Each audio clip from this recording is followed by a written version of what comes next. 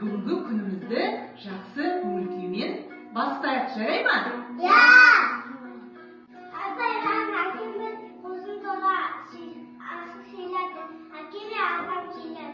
Жарайсың, Нұрғанат, отыра ғой.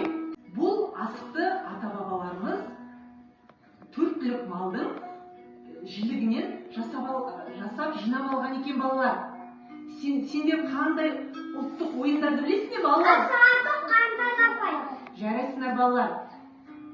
Енді, балалар, біз сендермен қазір хан талапай ойын ойнайтын боламыз.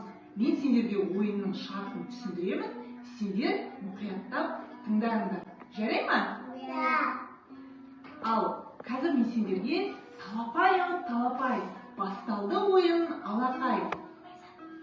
Асықты алдыма шашамын, талапайға басамын дегенде, сендер таласып-тармасып ойынның мына асықтарды жинап аласыңдар. Жарай ма? Бұл асықтардың ішінде, балалар, қызыл түсті асық бар. Ол асық хан асығы деп аталады. Сол хан асығы кімге түссе, ойынды сол бала бастайды. Жарай ма? Ал жинап алған асықтарымызды ортаға тіземіз. Содан кейін асықты бастап атамыз.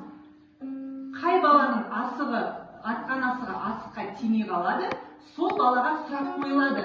Сұраққа жауап берген бала асықты қайтадан атуға мүмкіндік алады. Көп асық жинаған бала жеңіске жетеді. Талапай, басталды ойын алақай.